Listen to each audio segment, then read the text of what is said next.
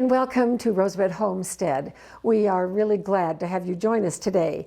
It's October, and so of course that means pumpkins. And we grew one wonderful one, here it is right here, and then nothing for a while, and then all of a sudden there were 8 on the vine. One of those died, and we have 7. And then we had a hard freeze and killed all of the vegetation, and so now we have 7 green ones like this.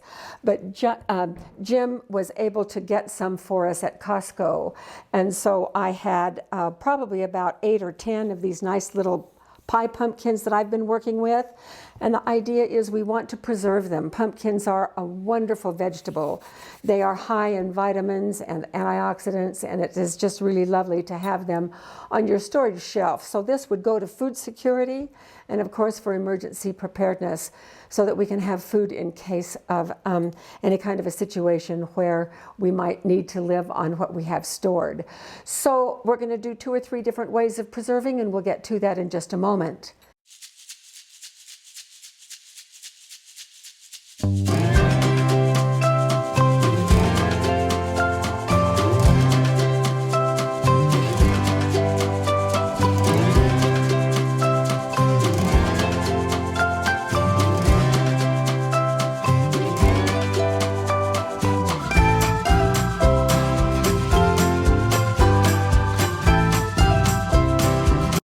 I've already been working on these this afternoon, so I'm going to show you what I've done.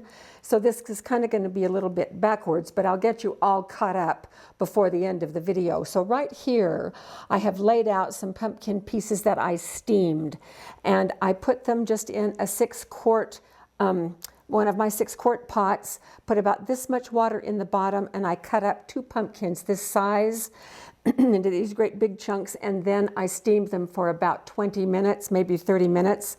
And now what I'm wanting to do is to scrape out the flesh.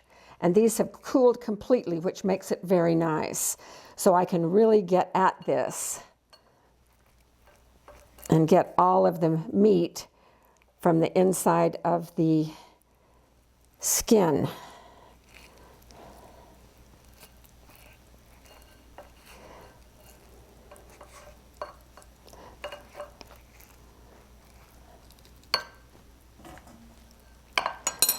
And then I just mash it, and the cool thing is with this is that doing it this way makes it just about the very same consistency and texture as the Libby's pumpkin puree that you buy in the can for your Thanksgiving and Christmas pumpkin pies.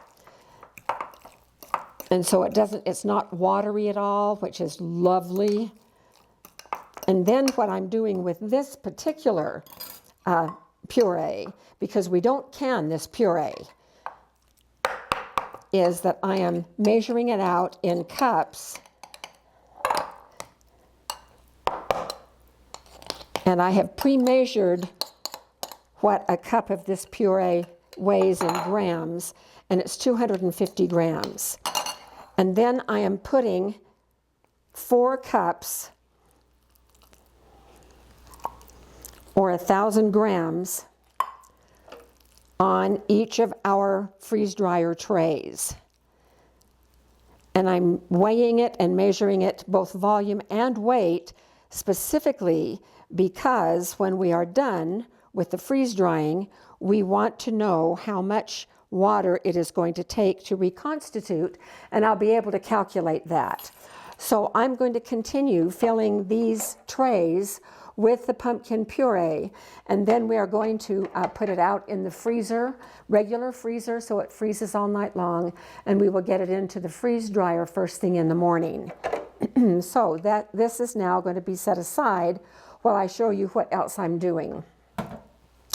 The other thing I'm doing is, because many of you do not have a freeze dryer, I'm going to be powdering this, and I always think about what it is I'm going to do with the vegetable after I get done with it, and I want pumpkin powder.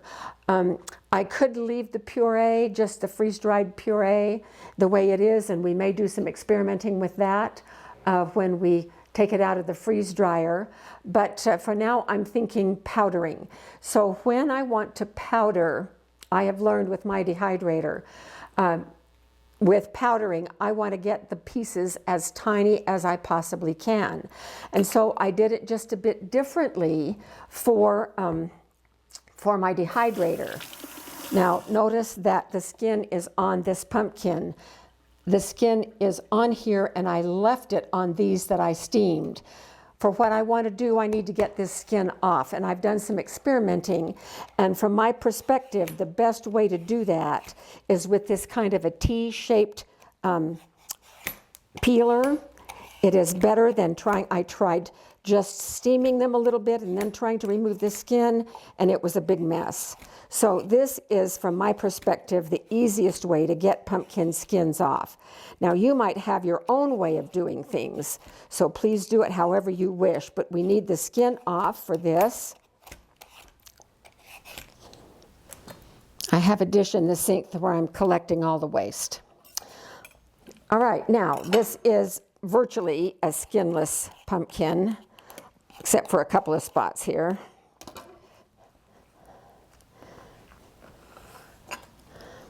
Then I take a very sharp pointed knife and just go in to the side of the stem, and then I push that down and make the turn all the way around. And the last little piece I just break. Okay, now, one of our viewers, and I wish that I would have written her name down, and I thought I had, but I couldn't find it anywhere, uses a regular canning lid. They have this little sharp edge right here that is curved. It works so slick to clean out a pumpkin. So this is my new gadget for this. It's just a lid, a canning lid. And it just scrapes the inside beautifully. Now I am saving most of the seeds. I'm going to do some pumpkin seeds spiced up and then baked in the oven a little bit. For now, I'm just going to put them in this bowl in the sink, and I'm going to sort through those later. Then I'm going to cut it into these chunks right here.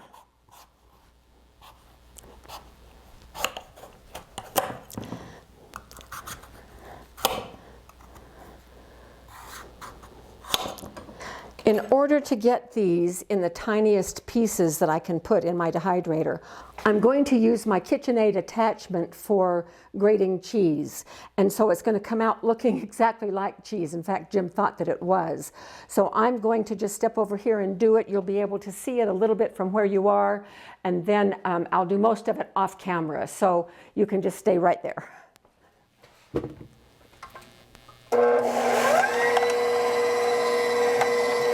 This is what it looks like. Now we are going to blanch this for about 1 minute. I'm going to finish this part, and then I'll come back when we're ready to blanch. So here's what it looks like, and I'm just going to put a great big spoonful right here in this boiling water. And it does not have to stay in here long. Pretty much just as soon as it comes back to a boil, I don't even give it any more time. Once it starts to boil, it's done. And I put it out here on this towel. Here's some left over from the last batch, and I'll be putting these straight on the trays here in just a moment. Okay, here it is, still hot from being blanched. And I'm just going to scoop up some and put them right on these trays. I already have 3 trays waiting to be turned on in the dehydrator, so we'll wait for these other 3 trays, and I'm just going to spread this out. And this only takes, in my trial run, it only took about 4 hours, 4 to 5 hours, so it was very fast, which is nice. And the interesting thing is, when it's in these little shreds like this, it powders so much easier than if I would have cut it in little squares or chunks or anything, because those just become rocks. All right, so the dehydrator is going. We have 6 full trays of pumpkin. I'm going to finish up these and get the freeze dryer trays ready, and we'll do that off camera. In the morning, we'll put them in. We're going to do mostly powder here, and we're going to be doing a separate video on all of the wonderful things that you can do with pumpkin powder. And I'm cooking up a kind of a surprise I'm pretty excited about. So we will come back when the freeze dryer and the dehydrator are processed, and we'll be ready to turn it into powder. So see you then. It is the next day, and these were in the dehydrator for about 10 hours at 150. It took them a little bit longer than my test batch because it was a thicker layer, but these are just as dry and crinkly as they can be. So we have 6 trays, and I am going to just go ahead and powder these, and we'll see how they do. And here we go.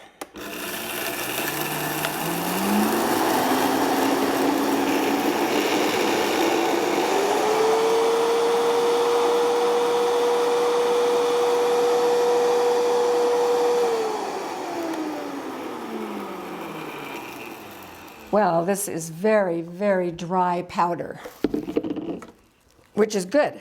That's how we like it.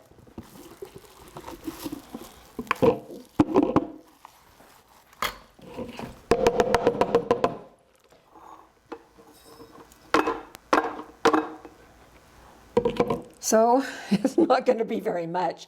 If that's 1/6 of what we have, not going to be very much. 2 trays worth. So we'll be back when I have all this done.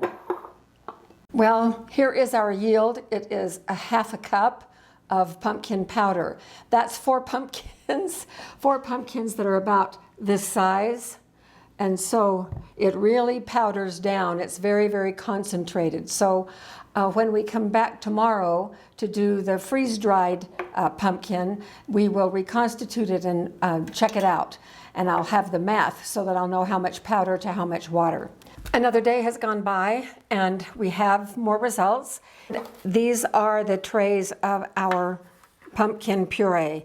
It took 33 hours for these to be processed in the freeze dryer, and they are a little bit different than anything else we have ever done.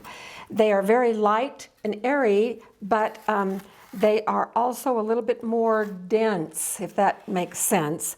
Almost seems like a contradiction, but I had a more difficult time breaking them to check to see how they were. So we're going to start by powdering some, and then I'm going to finish that off camera. Then we'll come back and we will reconstitute some of this powder and see what we've got. Okay, let's see what we have here.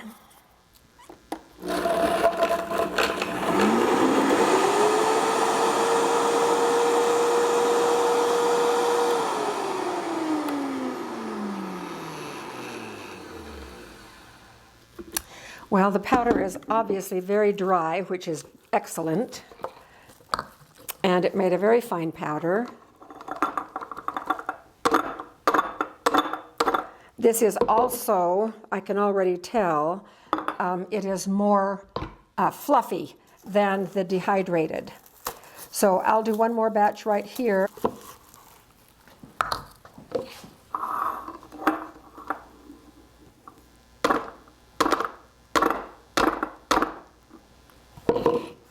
So that's how much we have so far, and we'll be back in just a few minutes after I've powdered everything. Well, look how much we got. 1 quart plus some, and almost 1/2 quart because I have 1/3 cup right here. And then this, of course, is the dehydrated, which didn't produce nearly as fluffy of a product as the freeze-dry did. So I know the Reconstitution math. It is 25 grams of the powder to 225 grams of water. That's what we're going to try. That would reconstitute it to the 250 grams of the entire thing. So we'll see if that works. Translating that into standard measurements, it is 1/3 cup of powder and 7 ounces of water. So we're going to try that right now. So this is 1/3 cup from these jars right here. And if we've done our work right, we should have this much, close, this much puree when we're done. Look at that. Wow, that was so fast. Now this, for me, is a little too thin for, say, pumpkin pie, but I bet if it sits for a minute, it's going to be just about right. Now, I want to show you how I figure out reconstitutions when I don't know the math, because I don't know the math on this. So I'm just going to start with a tablespoon of this, and this is pure guesswork. So I'm to that tablespoon, because this is obviously more dense, I'm going to add 2 tablespoons of water, and we'll start there. So if you are dehydrating it, okay, so see how that is? That is not at all what we want. So I'm going to be putting in 2 more tablespoons of water. And so I just do it by hit and miss. All right, this is more like it. Still just a little bit. So this makes 5 to 1.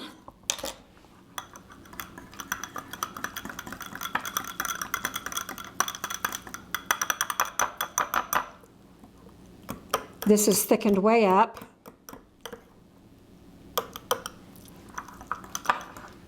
And I'm going to make it 6 to 1 so that we can get a pretty good match. So that is 6 tablespoons to of water to 1 tablespoon of the powder.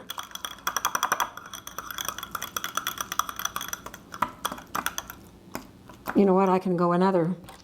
So that's 7.